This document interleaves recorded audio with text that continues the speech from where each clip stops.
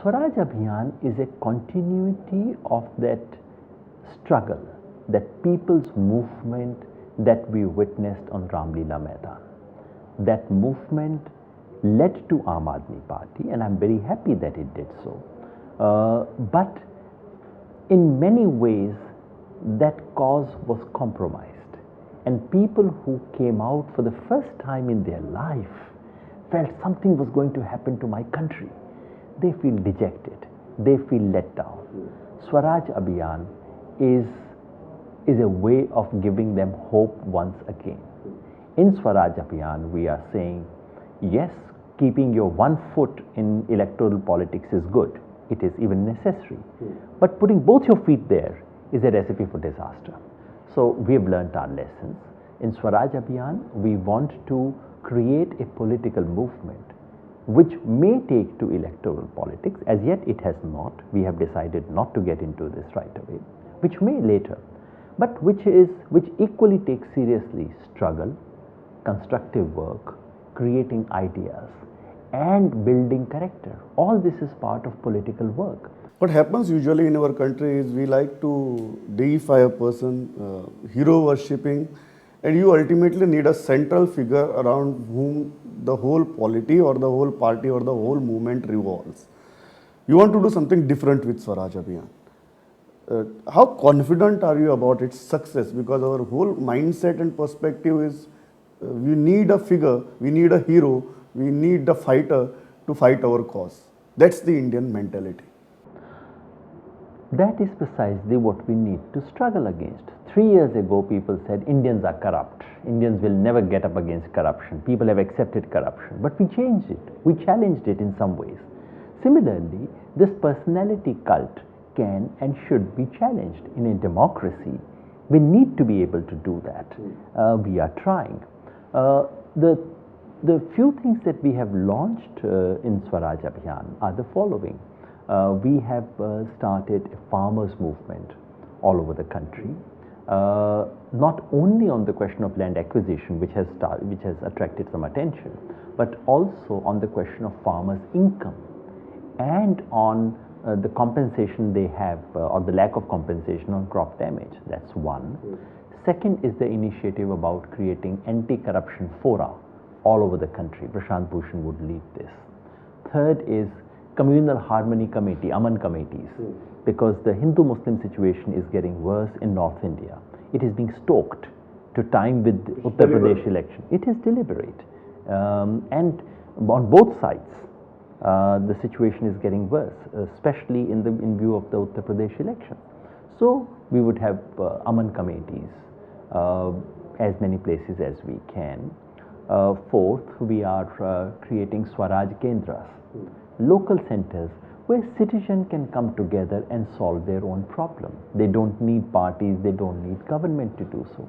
And finally, we have started a campaign called A New Agenda for India, where we are inviting citizens to contribute to their vision of what 21st century India should look like, rather than some ideological recipes of the 20th century. So we're working on all these. We're trying to involve as many citizens as possible. That's the way forward. If we look at the recent political happenings, may it be Aam Aadmi Party or the BJP, may it be Arvind or Modi, they got mandate. They got a very clear, very decisive, very strong mandate. But they still could not deliver on even 50% of their manifesto. What happens when you come to power that you have a mandate but you still can't deliver? Is our country too complex? Although we say unity in diversity, it is too complex and you have to do some balancing act once you come to power. In the case of Arvind, it may be too early to say that they have not delivered, so we don't know. I think I would give them at least 1 year to settle down. They've had just too many problems, half self-created, half others. But I think any government should get some time to settle down. In the case of Mr. Modi, I think we can begin to have some sense of what the government is doing. There is some energy initiative on the foreign policy front, but basically it's a story of beginning of disappointment. Not merely because of the big, huge and somewhat irresponsible promises that he had made. 15 lakh rupees in an account. I mean, you don't expect a serious politician to ever say something as silly as that. But even on the somewhat reasonable expectations and addressing of apprehensions, they haven't done well. An economy, this is clearly anti-farmer. Farmers are not on the radar of this government. Two, on environment, mark my words, I speak somewhat carefully. This would be environmentally the most destructive central government we have ever witnessed, irrespective of party. Indira Gandhi had all other faults, but she understood a bit about environment.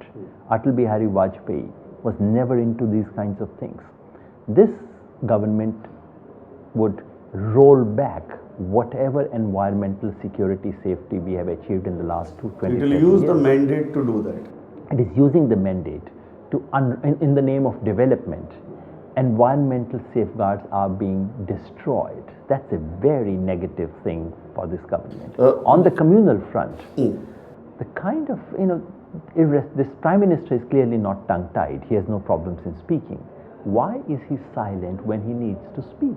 Minorities feel apprehensive, and it is the job of the Prime Minister to assure them that doesn't happen. Delhi was definitely the first case, but which state do you think, if we consider the elections that are coming up in next 6 months, around 1 year, which state do you think will actually stop the Modi juggernaut? Will put a break to it and will begin the downslide of that entire Modi wave? I take a different view on this matter. I do not think Mr. Modi's party losing an election is stopping of the juggernaut. Mr. Modi may win an election, he may lose an election. Mr. Modi is a phenomena, he's not an individual. And that phenomena comprises three things which we should have the courage to oppose. One is centralized authoritarian political structure. You cannot oppose it by having a dynastic party yourself like the Congress has. Or you cannot oppose it with a one-person centered party like Aam Aadmi Party has become. Second is destruction in the name of development, economic policy that favors only the top few. This is exactly what Congress practiced. This is what he's carrying forward. So in order to challenge him, you have to come up with an alternative paradigm of development. And third is diversity, respect for diversity. Again, you cannot challenge Mr. Modi's form of majoritarianism because this is what it is. It is a naked majoritarianism. You cannot challenge him by practicing the old style Congress fraudulent secularism, which was a way of keeping minorities hostage. But do you seriously think that intra-party democracy is possible because people trusted Aam Aadmi Party to do it, did not work out? Why do you expect people to trust in another phenomenon or another experiment like that? Every experiment makes it difficult for the next one to succeed, I agree. But there are certain things that need to be done. I do not think these are impossible. I do think there are, for example, BJP used to be a party which had much more democracy than Congress till 10 years ago. They have managed to destroy it. What these lessons have taught us, I mean, we need to learn lessons from every experiment. And what they have taught us are that there need to be if powers are concentrated at the top, then there is much greater destruction of inner party democracy. So lots of decisions need to be taken at the state level. Is it practically possible? Why not? Why can't the Goa unit of BJP or Aam Aadmi Party actually decide what should be the developmental frame within Goa? This is how it should be done. This is ridiculous for our country that someone sitting in Delhi, either someone sitting in a bureaucrat sitting in Delhi or a political boss sitting in Delhi, Ghaziabad, should decide whether elections should be contested in Goa, whether certain environmental clearance should be given in Goa. What do they know? Do they actually realize what they are doing? Our country's future lies in shifting decisions away from Delhi. Decision making taking place in Delhi is a bane of our country. We need to move away from that. You've been a cephalogist, researcher, and now a politician. The experience has been bittersweet.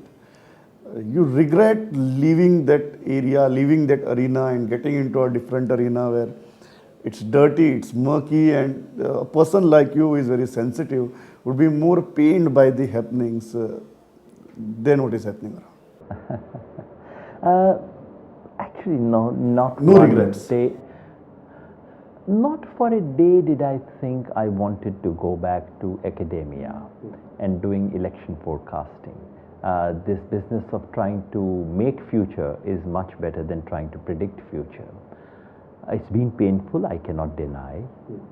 Some of the muck and some of those utterly low-grade accusations, they did hurt. You can't believe that It's that dirty, it's people, that murky. that they can stoop to this kind of level. When we had that disciplinary committee which was inquiring, I mean, the whole thing was such a joke that disciplinary committee members are issuing public statements against us, and then they sit on the disciplinary committee And judging you. judging us. I mean, the whole thing was such a joke. So yes, there are moments you feel,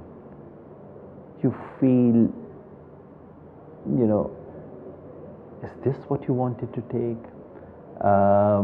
When that kind of dirt is thrown at you, you feel, am I meant for this? But that's precisely when something comes from within and says, look, this is why people don't stay in public life. This is exactly what happens to people, and they run away. Someone has to Is stay Anna put. Hazare right in maintaining that strict distance from politics in spite of getting so many opportunities, maybe in Maharashtra or after India against corruption, even at a national level? He categorically said that I don't want to get into it. I beg to disagree, because unless you take on the challenge of politics, you step away from the most difficult challenge. So it is like saying, I will go up to semi-final, but I will not take on the final. You have to do everything. I beg to disagree with Anna Hazare. Yes, it is painful. Yes, it is very risky. We have seen those risks in Aam Aadmi Party, but that is not a good reason to give it up. You cannot start on such a long journey and then face the first stumble and say, enough is enough, now I'm going back. For you, there comes a moment, and it came in my life when I asked, quit or double? And the answer from within was double.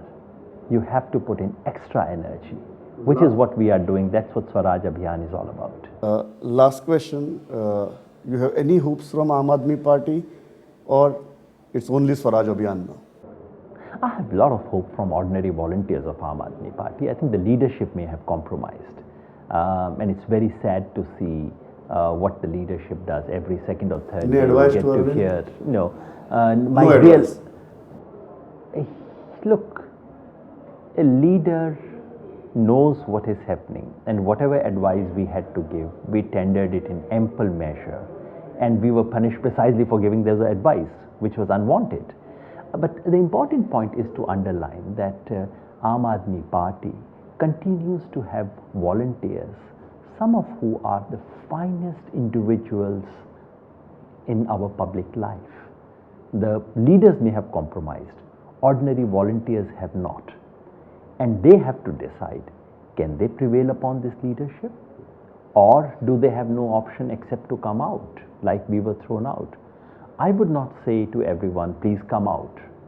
I would Let them simply say, decide. I have a message for Aam Aadmi Party volunteers, not for its leadership. I think they are beyond any message. To the volunteers, my message is very simple. Close your eyes, look into your conscience, ask yourself, why did you come here in the first place? And are you being able to do what you came here for? If you are, please continue. If not, have courage. Yugendra Yadav, it was a pleasure talking to you. Thank you very much.